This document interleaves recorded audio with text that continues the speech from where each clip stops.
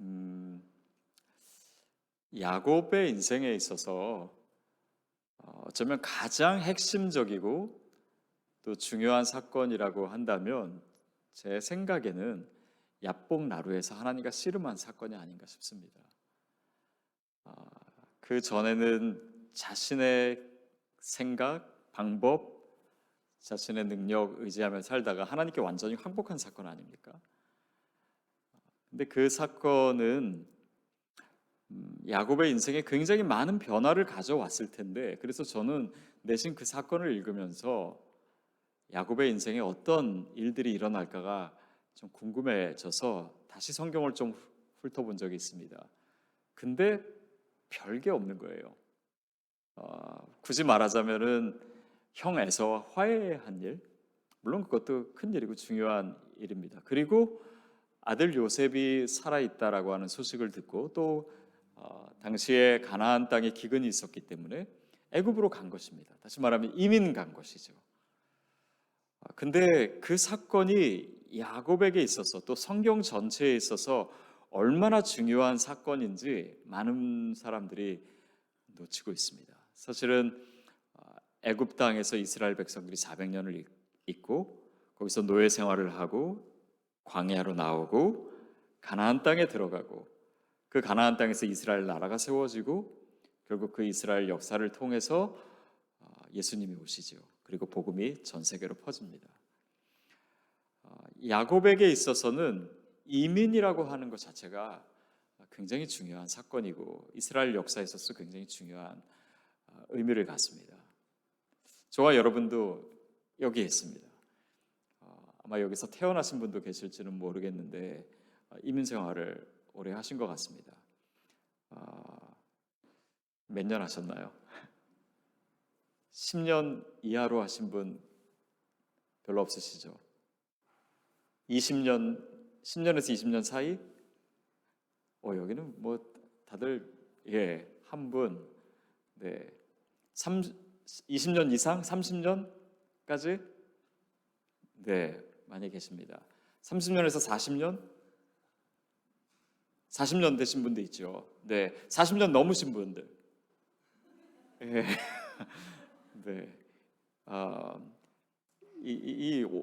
그 연수가 사실은 교회에서는 이민 사회에서는 약간 좀 그 권위를 주지 않습니까? 근데 우리가 짧게 이민 생활할 수도 있고 길게 할 수도 있는데 과연 왜 하나님께서 우리를 여기 보내셨을까요? 야곱은 물론 가나안 땅에 기근이 있어서 왔습니다. 아니면 아들을 찾기 위해서 애굽 땅에 왔습니다. 근데 그것은 동기일 수는 있지만 사실 진짜 이유는 아닙니다.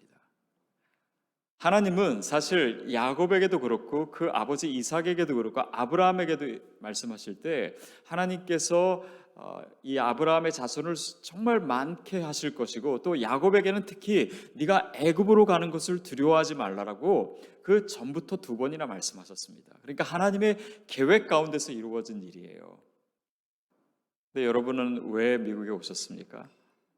뭐 여러 이유가 있을 수 있죠. 뭐 공부하시기 위해서, 아니면 자녀 교육 위해서, 아니면 일 때문에, 뭐 유학 오신 분도 있고, 뭐 여러 가지 있을 수 있습니다. 그러나 그것은 우리가 여기 있는 동기는 될 수 있는데 진짜 이유, 하나님이 정말 우리를 왜 이 땅에 보내셨는지 그 이유를 물론 우리가 알 수는 있습니다. 그러나 그 이유를 살아내고 있는가? 그 질문은 우리에게 굉장히 중요합니다. 디아스포라라고 하는 의미는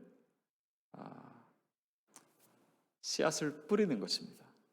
그렇죠? 그러니까 이스라엘 백성이 포로기 뭐 바벨론이든 아수르든 아니면 로마 시대든 그렇게 해서 흩어짐을 통해서 그 흩어져서 자기가 있는 곳에서 복음을 전한 것이죠. 뭐 자막이 하나씩 나오죠. 그러면 하나씩 돌려주시겠어요? 그 다음 거. 디아스포라 선교에 대해서 오늘 제가 말씀드리려고 하고요.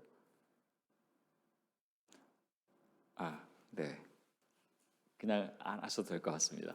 저 얘기를 하기 시작하면 굉장히 길어집니다. 그 대신 제가 이따가 사진 하나, 그 소래교회 사진은 이따가 보여주시면 좋을 것 같아요. 선교에 대한 패러다임이 요즘 많이 바뀌고 있습니다. 먼저는 예전에는 선교사를 보내는 나라가 있고 선교사를 받는 나라, 그러니까 선교하는 나라와 피선교지가 따로 있었습니다. 그런데 지금은 어디나 다 선교지예요. 그렇죠? From everywhere to everywhere. 그러니까 지금 미국 이것도 선교지 아닙니까? 그렇죠? 근데 이 선교지가 어디든 선교지다라고 하는 말은 선교지가 굉장히 우리 가까이 왔다라고 하는 것입니다. 그 다음 페이지 보여주시면 Missions on your doorsteps. 그러니까 우리 집 앞이 바로 현관 앞이 선교지예요. 제가 올바인에서 목회를 했었는데요. 제가 처음 와서는 잘 안 보였었는데 몇 년 지나니까 UCI가 눈에 보이기 시작하더라고요. 그래서 사실 뭐 중국에도 선교사 가고 뭐 인도에도 가고 이슬람 지역에도 가는데 그 학교를 가만히 보니까 중국에서도 매년 몇백 명의 학생들이 와요. 인도에서도 이슬람권에서도 와, 여기가 선교지구나 라고 하는 것을 느꼈습니다. 그래서 저희 교인들을 다 데려가서 거기 강당을 빌려서 예배를 한번 드렸어요. 그리고 여기가 우리 선교지입니다 라고 선포했던 적이 있습니다. 제가 미국에 올 때 저희 아이들이 어렸습니다. 근데 이 아이들이 미국에 오면서 나중에 기억할 만한 한국에 대한 기억을 좀 심어주고 싶었어요. 그래서 저희 어딜 갔냐면 경주에 갔습니다. 혹시 경주 가보신 분 있습니까? 예전에 수학여행 경주를 많이 갔잖아요. 거기에 뭐 불국사도 있고 뭐 그 안에 뭐 다보타, 석가타 뭐 이런 거 있지 않습니까? 그런 걸 보여줬어요. 그리고 간 곳이 천마총이라고 하는 곳이 있습니다. 이게 뭐냐면 예전 왕의 무덤이에요. 그래서 그 천마총 안에 들어가면은 예전 왕이나 귀족들이 쓰던 뭐 왕관이나 장신구나 뭐 이런 것들이 쭉 진열되어 있습니다. 근데 저희가 그 안에 들어갔을 때 가이드 하시는 분이 뭐라고 하시냐면 이게 사실 그 도굴된 적도 있고 또 도굴의 위험이 있어서 여기 실제로 전시된 거는 진품이 아니라 가짜라는 거예요. 그래서 제가 물어봤습니다. 그러면 진품은 어디 있습니까? 그랬더니 서울중앙국립박물관에 있대요. 저희 집에서 걸어서 5분입니다. 저는 그렇게 가까운 곳에 진짜를 놔두고 가짜를 보기 위해서 몇 시간 차를 왔던 것이에요. 여러분, 선교지도 그렇지 않습니까? 선교지가 어디입니까? 저기 아프리카, 중남미, 뭐 이슬람권 많이 있지만 물론 거기 선교지입니다. 너무 중요해요. 그러나 사도행전 1장 8절에서 얘기하는 것처럼 선교는 예루살렘과 온 유대와 사마리아와 땅끝까지 이르러 결국 내 옆에 있는 믿지 않는 분들 또 우리가 대하는 많은 뭐 타민족들 그들을 선교의 대상으로 보지 않고 또 여기서 우리가 선교에 대한 관심이 없고 선교사가 되지 않는데 해외 선교를 한다. 아우리치를 간다. 그것은 성경적이지 않지 않습니까?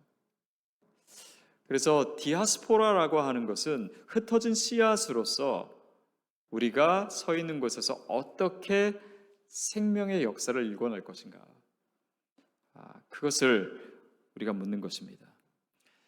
근데 한국 사람에게 있어서 특별히 한인 디아스포라에게 있어서 이 디아스포라 선교는 더욱이 특별한 의미를 갖습니다. 오늘 그거를 제가 좀 나누고 싶어요. 사진 하나 보여주시겠어요? 그 소래교회 사진입니다. 이 교회가 뭐냐면요, 그 한국에서 한반도에 최초로 세워진 교회입니다. 그러니까 우리 한국 교회 역사에 있어서 굉장히 중요한 교회죠. 북한 황해도에 있습니다. 소래라고 하는 지역에. 자, 근데 연도수를 보십시오. 이게 언제 세워졌냐면 1883년에 세워졌습니다. 근데 보통 어느 땅에 이제 선교가 이루어지고 교회가 세워지려면 먼저 선교사들이 들어가게 됩니다. 그래서 거기 있는 사람들에게 복음도 전하고 성경도 번역하고 뭐 그래서 믿는 사람이 생기면 교회가 생기는 것이죠. 근데 재밌는 사실은 한국 땅에 최초로 도착한 그러니까 알렌 선교사님, 알렌 선교사님은 1884년에 도착합니다. 그리고 우리가 잘 아는 뭐 언더우드 선교사님이나 아펜젤러 목사님은 1885년에 도착하죠. 근데 좀 이상하지 않습니까? 선교사가 도착하기 전에 한국 땅에 교회가 세워진 거예요. 이게 어떻게 된 일입니까? 그 이유는 한국에 선교사님들이 들어오고 싶었어요. 그런데 그때 뭐 대원군의 쇄국 정책이 굉장히 강할 때죠. 그러니까 한국 땅에 들어올 수가 없었습니다. 그 사람들은 그래서 다 중국에 있었어요. 선교사님들이. 근데 중국 땅에서 활동하던 선교사님들이 누굴 만났냐면 그 땅에 살고 있는 또 그 땅에 장사하러 간 한국 사람들, 조선 사람들을 만나게 됐습니다. 그리고 그들에게 복음을 전하고 또 그들의 도움을 받아서 성경을 한국말로 번역합니다.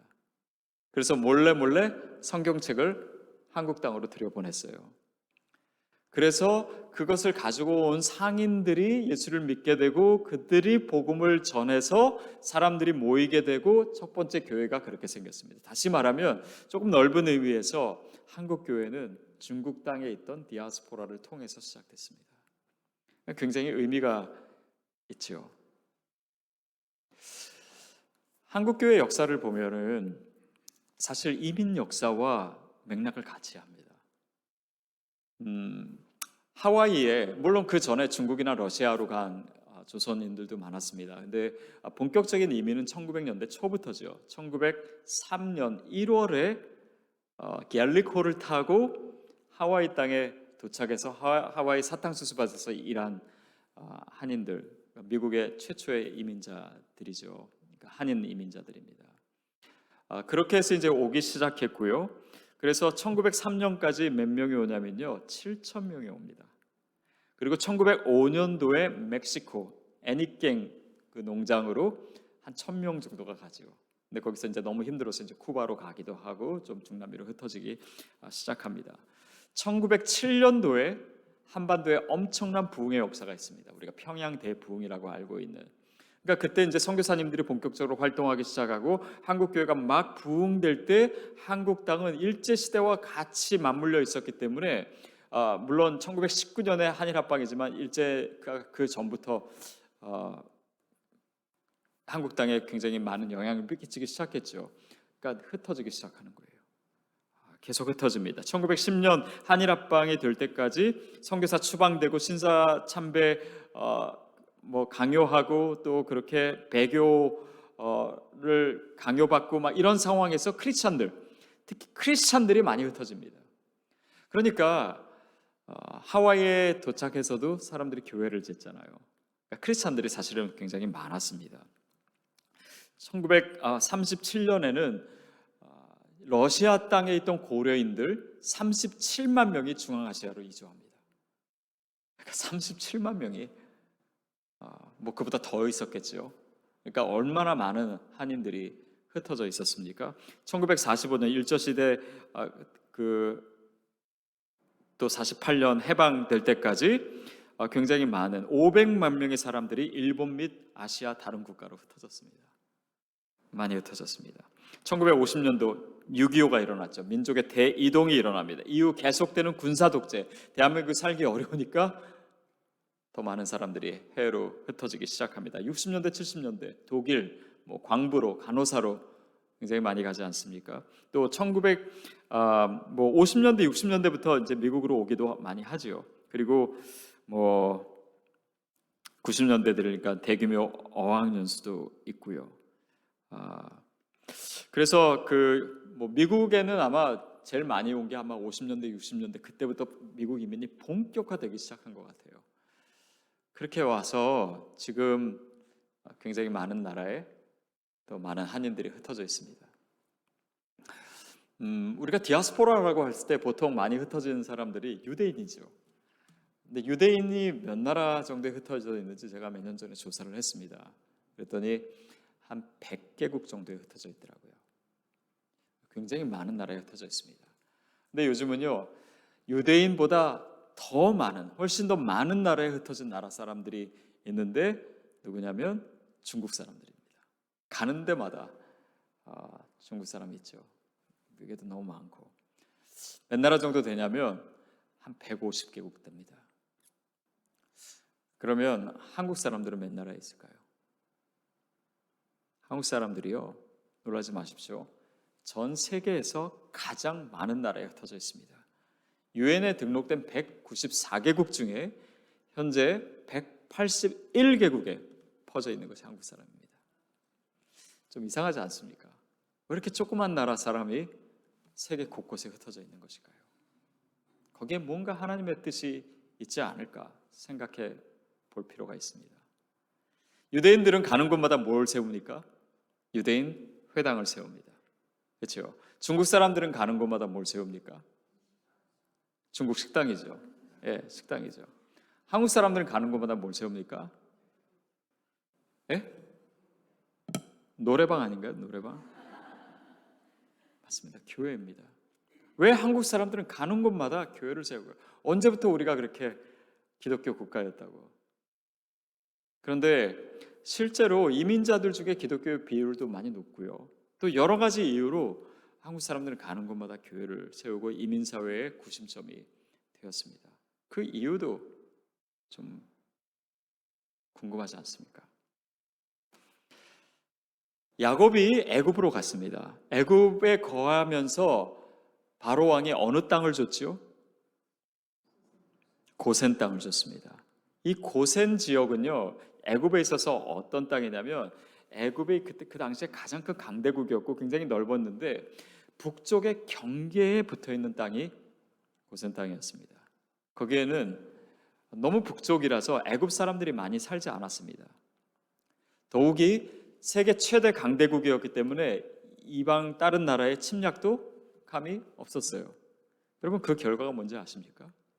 이스라엘 백성들이 그 애굽 땅에 400년 이상을 거하면서 다른 민족과 섞이지 않을 수 있었습니다. 더욱이 애굽 사람들은 유목민들을 싫어했어요. 하대했습니다. 그러니까 더욱이 결혼하지 않은 거예요. 그 결과로 순수한 야훼 신앙이 유지될 수 있었습니다. 신앙이 유지될 수 있었어요. 결국 이 이민 역사, 특별히 한인 이민 역사를 보면서 하나님께서 교회를 세우시고 또 한국의 대부흥의 역사가 있을 때 흩어지기 시작했고, 그리고 한국 사람들 가는 곳마다 교회를 세웠습니다. 뭔가 영적인 의미가 있지 않을까요? 또 이스라엘 백성들이 결국은 숫자가 많아지니까 나중엔 노예 생활을 했습니다. 고생했죠. 근데 만약에 그 노예 생활이 없었다면, 고생하지 않았더라면 모세가 이스라엘 백성에게 광야 땅으로 나가자, 우리 가나안 땅으로 가자라고 했을 때 빠져나갔을까요? 그 광야 생활을 시작했을까요? 제 생각에는 절대 안 했을 것 같습니다. 여기가 편안하고 여기가 좋은데 왜 광야 땅에 나가서 일부러 고생을 하겠어요? 반대하는 사람들이 많았겠죠. 그리고 거기서 정말 노예 생활하는 그 고생하는 시간이 없었다면 광야 40년을 견딜 수 있었을까요? 여러분, 이민자 중에 고생 안 한 사람 있습니까? 여러분 혹시 고생 하나도 안 하셨나요? 대부분은, 우리가 다 나눌 수는 없겠지만은 정말 이야기들이 많을 겁니다. 근데 고생이라고 하는 것은 목표가 없을 때는 생고생입니다. 그냥 고생한 거예요. 그러나 뭔가 목표가 주어졌을 때는요, 우리의 고생은 근성이 됩니다. 뭔가 목표를 이룰 수 있는 힘이 돼요. 그러면 우리가 왜 고생했을까요? 그 목적은 무엇일까요? 그리고 이 근성은 과연 무엇을 위해서 존재하는 것일까요? 디아스포라라고 하는 것은 생명입니다. 씨앗을 뿌리는 거예요. 그 씨앗은 결국 복음의 씨앗이 돼서 이 복음의 씨앗이 뿌려지기 위해서 하나님은 디아스포라를 필요로 하십니다. 이스라엘의 역사를 보십시오. 이스라엘 백성은 사실은 팔레스타인에서만 살았습니다. 글로벌한 마인드셋 자체가 없었어요. 근데 그런 민족을 통해서는 하나님께서 복음을 전 세계에 전하게 하는 그런 민족으로 쓰실 수가 없었던 것입니다. 그러니까 전쟁을 통해서도 포로로 끌려가고 로마 시대에 흩어지고, 그런 흩어짐을 통해서 이 사람들이 그 지역에 살면서 그 나라 사람들을 만나고 그 문화를 익히고, 그리고 그 사람들을 이해하게 됐어요. 유대인들은 이방인들을 개라고 생각했습니다. 그러니까 그런 폐쇄적인 마인드셋 가지고는 전 세계의 복음의 도구, 축복의 도구가 될 수 없는 거예요. 그런데 유대인보다 한국 사람들은 더 했습니다. 우리는 한반도에 살면서 세계 중심이라고 하는 중국 사람도 무시했습니다. 그래서 중국 사람들은 뭐라고 하죠? 한국 사람들이? 떼놈이라고 하죠. 떼놈. 떼놈입니다. 일본 사람들은 뭐라고 합니까? 외놈. 서양 사람들은 뭐라고 합니까? 양놈. 양놈. 우린 다 놈이에요, 그냥. 놈 아닌 게 하나 있습니다. 우리 전체를 다 털어가지고 뭐라고 하냐면 오랑캐라고 합니다. 오랑캐. 이게 다 하대하는 말이에요. 우리가 역사의 중심이라고 생각하는 거죠. 근데 그런 이 폐쇄적인 마인드로 전 세계에 복음을 전할 수 있을까요? 그래서 유대인들을 흩으셨듯이 하나님께서 한인들을 흩으신 것이 아닐까.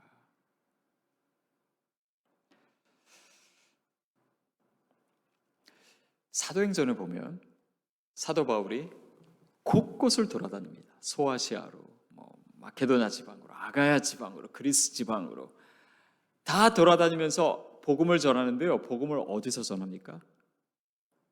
가는 곳마다 유대인 회당에서 전합니다.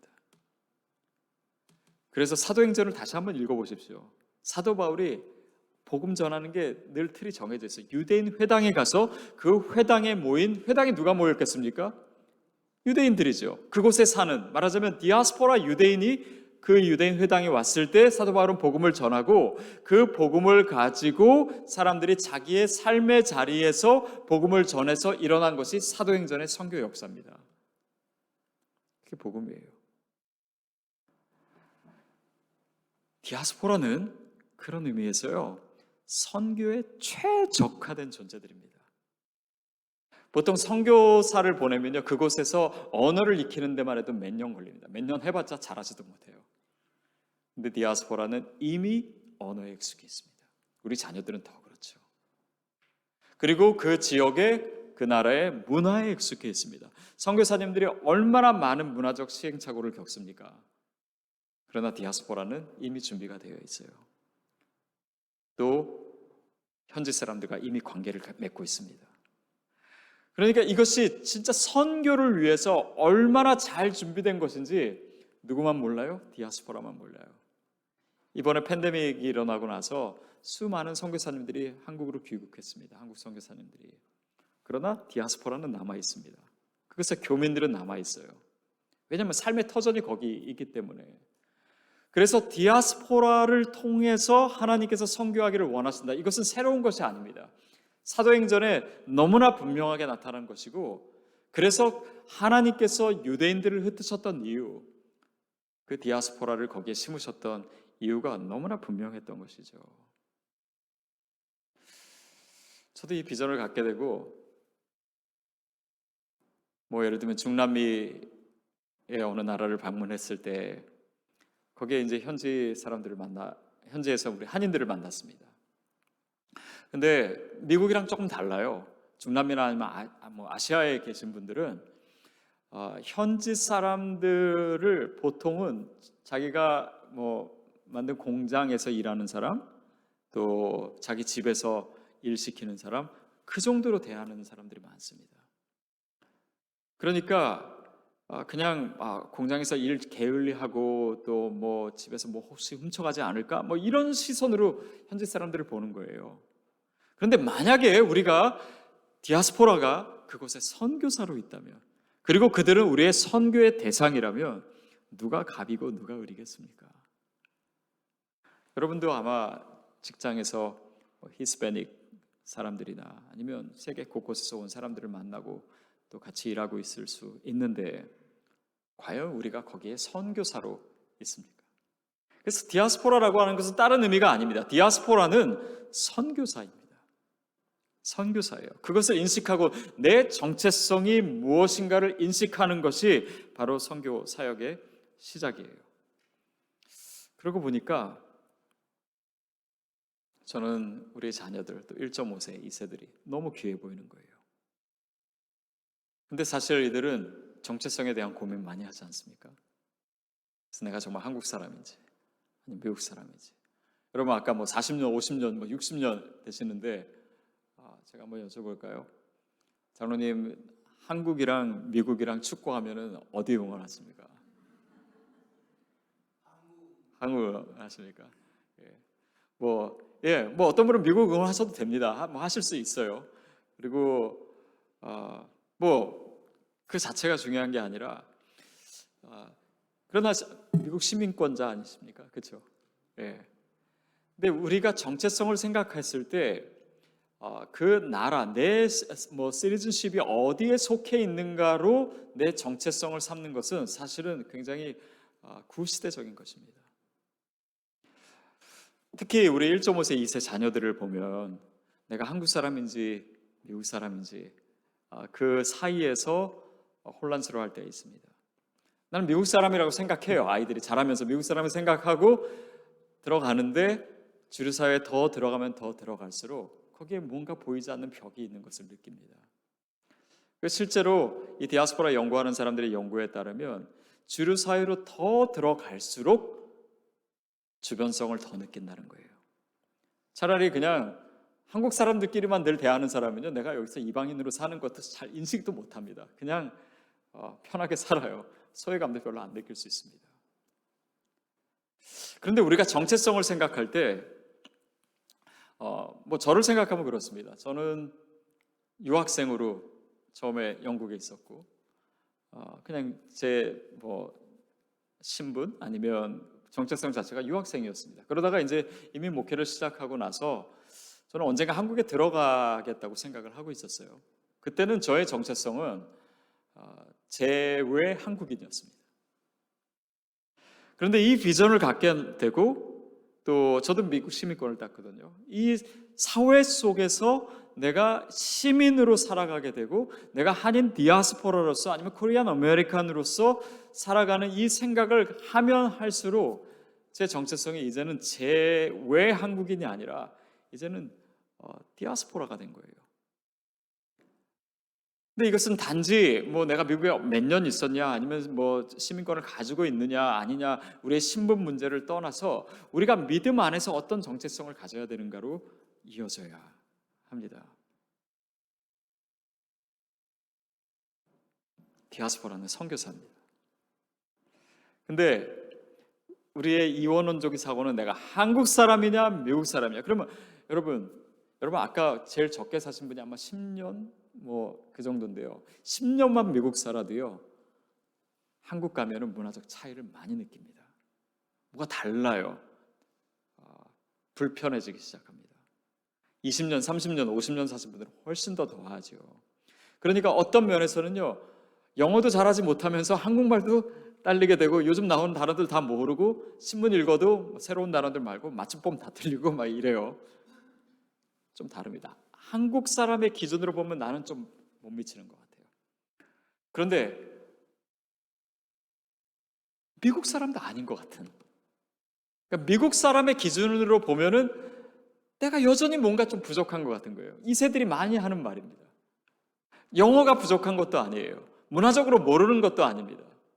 그러나 뭔가 다른 정체성이 내 안에 있는 거예요. 근데 이거를 한국 사람의 기준 아니면 미국 사람의 기준 보고 둘 다 나는 부족한 사람이라고 생각해서 혼란스러울 수 있습니다. 그러나 디아스포라의 정체성은 그런 것이 아니에요. 내가 1.5세냐 2세냐 1.7세냐 1.8세냐 그런 것이 중요한 것이 아니라 디아스포라는 선교사입니다. 그것이 우리의 정체성이에요. 제3의 정체성입니다. 그래서 한 디아스포라 연구하는 사람은 그런 얘기합니다. 나는 아시안 아메리칸이기 때문에 아시안 이상이고 또한 아메리칸 이상이다. 그러니까 우리한테 있는 제3의 정체성은 사실은 이 두 가지 중에 하나로 평가할 수 있는 것이 아닙니다. 거기는 굉장히 많은 의미들이 포함되어 있지 않나 싶습니다. 예를 들면 언어를 볼까요? 영어도 하고 한국말도 한다. 여러분 이것은요 단지 1 더하기 1 해서 2가 아닙니다. 언어는요 사실은 말하는 것뿐만 아니라 그 문화를 포함한 어떤 실체입니다. 그래서 두 가지 언어를 잘하는 사람은요 세 번째 언어도 더 잘합니다. 제 친구 하나도 영어도 잘하고 한국말 잘해요. 근데 저랑 같이 독일어를 공부하는데 속도가 다르더만요. 훨씬 더 빨리 배웁니다. 언어에 대한 감각, 그것뿐만 아니라 문화에 대한 감각, 다양성에 대한 감각, 이것이 디아스포라 안에 있어요. 또 디아스포라는 사실은 소외되고 외로울 수 있습니다. 우리의 삶의 자리가 외로움을 느껴요. 근데 이 외로움도요 사실은 종류가 많습니다. 세대별로 느끼는 외로움이 다르고 1세가 느끼는 외로움이 있고 1.5세가 느끼는 외로움이 있고 2세가 느끼는 외로움이 있어요. 그렇기 때문에 이민자는 환대가 필요합니다. 그러나 우리가 외로워봤기 때문에 또한 다른 사람의 외로움과 소외됨과 주변성과 그것을 훨씬 더 잘 느낄 수 있어요.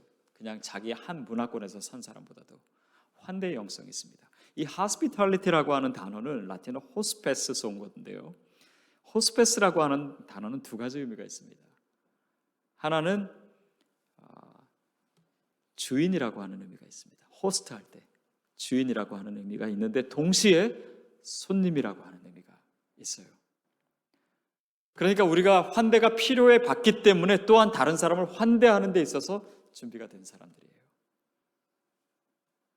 우리가 가지고 있는 이 주변성이라고 하는 것은 여러분 한 사회 속에서 중심부에 있는 사람들은요 그 사회의 변화나 혁신에 대해서 상대적으로 관심이 없습니다. 그러나 주변부에 있는 사람들은요 이 사회의 변화에 대해서 관심이 많아요. 기독교의 역사를 보고 교회사를 보면요 항상 이 운동들은 사회를 변혁시키는 운동들은 주변부에서 일어나지 중심부에서 일어나지 않습니다. 이것이 디아스포라가 가진 힘이에요. 우리 고생한 거, 근성 이런 것들이 다 에너지입니다. 하나님께서 왜 한인 디아스포라를 이렇게 많은 나라에 흩으셨을까요? 요즘 보면은 한류가 정말 온 세상을 다 뒤덮고 있습니다. BTS, 오징어 게임, 기생충, 이런 왜 이렇게 이 시대에 와가지고 하나님께서 그렇게 일을 하실까요? 예전에 저 유학 초기만 해도 한국 자체를 모르는 영국 사람들 많더라고요. 근데 지금 한국 모르는 사람 거의 없습니다. 현대, 삼성 이런 세계적인 기업들이 있고 또 우리 자녀들도요 예전보다는 훨씬 한국에 대한 자부심이 굉장히 많아졌습니다. 언어도 더 잘해요. 드라마를 하도 많이 봐가지고. 왜 하나님께서 이 시대를 이렇게 만드실까요? 저는 지난 이민의 세대는 우리가 생존하기 바빴고 이 사회에 적응하기 바빴다면 이제는 우리의 눈을 들어서 하나님께서 왜 우리를 이곳에 보내셨는지 그것을 깊이 생각해야 될 때라고 생각이 듭니다. 오늘 본문 말씀을 읽어보겠습니다. 베드로전서 2장 9절 하나씩 보면 그러나 너희는 여기서 너희는이 누구냐면 베드로전서 시작할 때 보면은 각 지방에 흩어진 사람들을 쭉 나열합니다. 그리고 흩어져 있는 나그네라고 하는 표현이 나와요. 다시 말하면 너희는 그냥 그곳에서 소외되어 있는 그냥 이방 민족 주류에 속하지 못하는 주변인 소외된 사람 그런 존재가 아니라 택하신 족속이다. 그것이 바로 디아스포라를 얘기하는 거예요. 너희는 왕 같은 제사장이다. 하나님이 너희를 거기에 왜 세우셨는지 너의 자존심부터 너의 자존감부터 먼저 회복해야 된다. 거룩한 나라다. 그의 소유된 백성이니 이는 어두운 데서 너희를 불러내어 그의 기이한 빛에 들어가게 하신 이의 아름다운 덕을 선포하게 하려 하십니다. 여기서 아름다운 덕이라고 하는 것은요 아레타스라고 하는 단어입니다. 헬라어로. 그것은 뭐냐면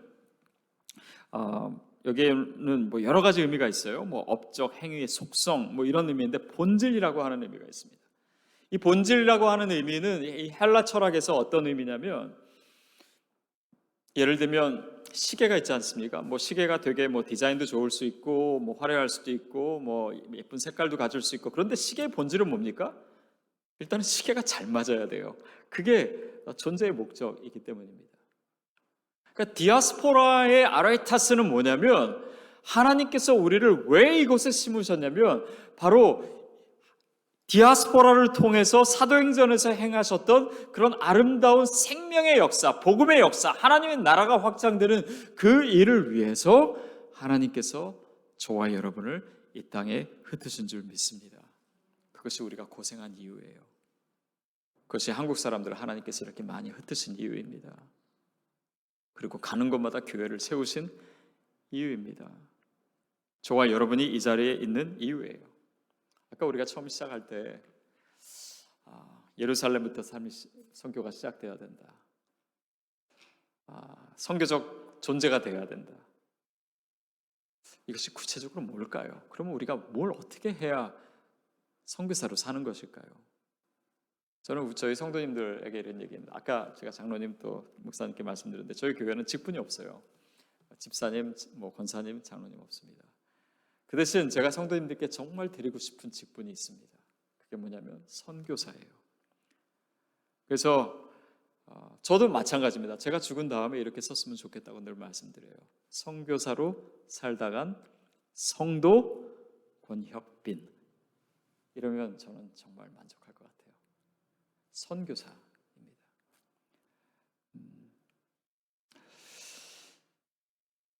근데 어떻게 우리가 여기서 선교적 존재로 살아가는가? 그 구체적인 것이 뭐 여러 가지가 있을 수 있지만 저는 오늘 세 가지만 딱 말씀드리겠습니다. 첫 번째, 저를 따라해 주십시오.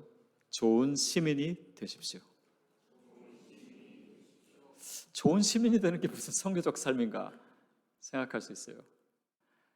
그러나 저는 디아스포라로 살면서 이 사회 속에서 좋은 시민이 되는 것이야말로 가장 영적인 것이고 가장 선교적인 것이라고 생각해요. 선교적이라고 하는 것은 믿지 않는 사람과의 이 관계 속에서 그들이 이해할 수 있는 언어로 얘기해야 됩니다. 그러니까 그들에게는 우리가 뭐 복음, 뭐 성만찬, 뭐 삼위일체 뭐 이렇게 먼저 접근하면은 그들은 알아듣지 못합니다.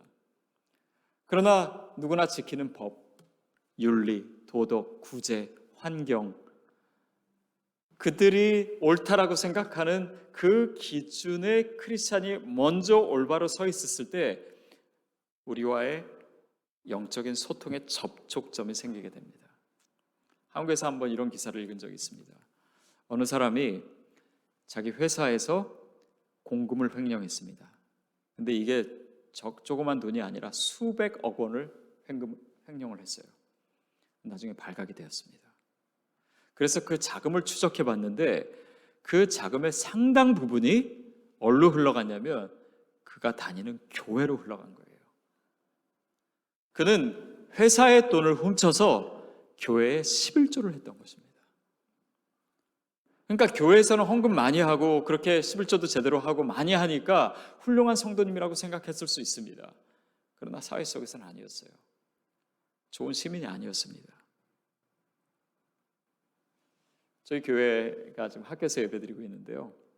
교회에서 주차장에서 나오면은 좌회전을 하면 훨씬 더 집에 빨리 갈 수 있는 분이 있는데 거기 좌회전 금지 표시가 있습니다.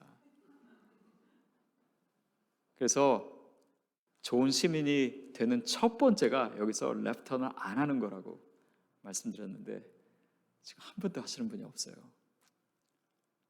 여러분 이 앞에서 스톱 사인 잘 지키시기를 바랍니다. 아니요, 뭐 법까지 갈 필요 없어요. 화장실에서 휴지 쓰는 거, 그냥 내 집 아니라고 마음대로 쓰거나 더럽게 쓰거나, 아니요, 시민의식은 여기서부터 시작되는 것입니다. 간식 먹을 때, 식사할 때 줄 잘 서는 거, 배려하는 거, 이게 시민의식입니다. 근데 이런 걸 다 제대로 안 하고 우리는 선교해요. 선교적이지 않은 것입니다. 좋은 시민이 되십시오. 두 번째는 창문을 닦으십시오. 이게 무슨 소린가? 선교랑 전혀 상관없는 얘기를 하는 것 같죠. 좋은 시민이 되라. 창문을 닦아라. 여러분, 하나님이 세상을 다스리십니다. 맞지요? 세상을 사랑하세요. 근데 우리는 믿음이 있기 때문에 그것을 알아요. 하나님이 세상을 다스리시고 그분은 주권을 가지신 분이고 나를 사랑하셔. 그러나 믿지 않는 사람도 알까요? 모릅니다. 그것은 마치 무엇과 같냐면 태양이 지금 환하게 온 세상을 비추고 있어요. 그러나 어떤 사람들은 집 안에 갇혀 있어서 그 햇볕을 못 볼 수가 있습니다. 근데 왜 못 보냐면 집 안에 갇혀 있는데 창문이 있긴 있는데 더러워진 거예요. 먼지가 너무 많이 껴있는 거예요. 그래서 햇빛이 통과를 못하니까 그 해가 비추고 있는지도 모르고 있는 사람들이 있습니다. 그러면 우리는 뭘 해야 됩니까?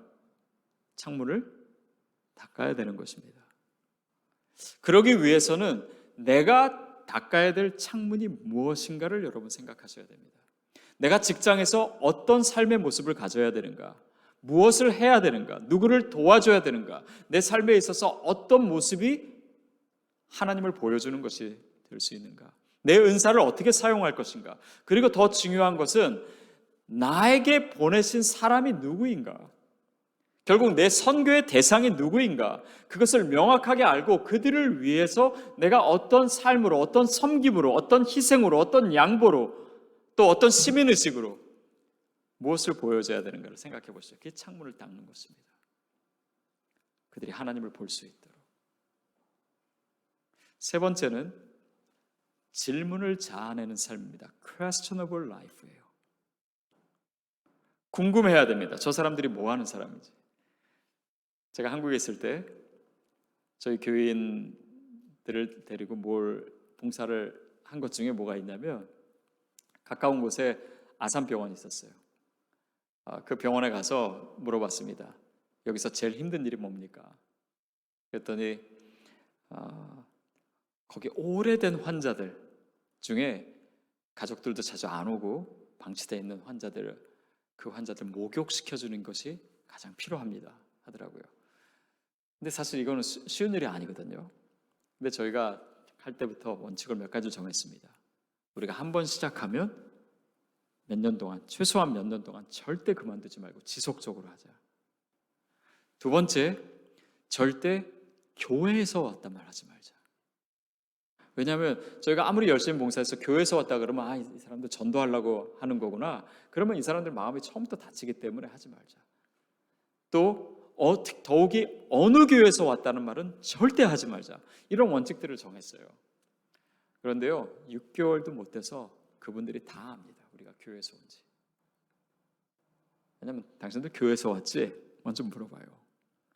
왜냐면 처음에 그냥 뭐 한 번, 한두 번 하고 몇 달 하다가 그만둘 줄 알았는데 지속적으로 저 사람들 왜 그럴까? 질문하게 합니다. 제가 한 번은 제가 처음 이제 운전면허를 따고 운전을 하기 시작했는데 그때 제가 신학교를 준비할 때입니다. 근데 그때는 잘 몰랐어요. 정말 좌회전하면 안 되는 곳에서 제가 좌회전을 했습니다. 딱 좌회전을 하고 했더니 그 앞에 경찰 2명이 딱 서 있더라고요. 그래서 이제 딱지를 아주 보기 좋게 띄었습니다. 티켓을. 그리고 나서 그게 이제 제가 도서관 가는 중이었는데 도서관으로 올라가는데 제가 커피를 마시기 위해서 거기 자동 판매기에 동전을 넣고 커피를 뽑았습니다. 근데 그때 되게 추웠어요. 근데 아까 저쪽에 제 딱지를 찐 그 경찰관이 있는데 저보다도 나이가 아주 어린 친구들이었습니다. 그래서 좀 춥겠다 싶어가지고 제가 커피를 2잔 더 타서 커피를 갖다 줬어요. 그러고 나서 제가 올라왔습니다. 근데 며칠 있다가 그 도서관 관장 되는 분이 저한테 그 얘기를 하는 거예요. 그날 그 경찰관이 도서관으로 올라왔대요. 그래서 질문하는 게 지금 방금 들어간 사람 누구냐고 물어보더래요. 그래서 도서관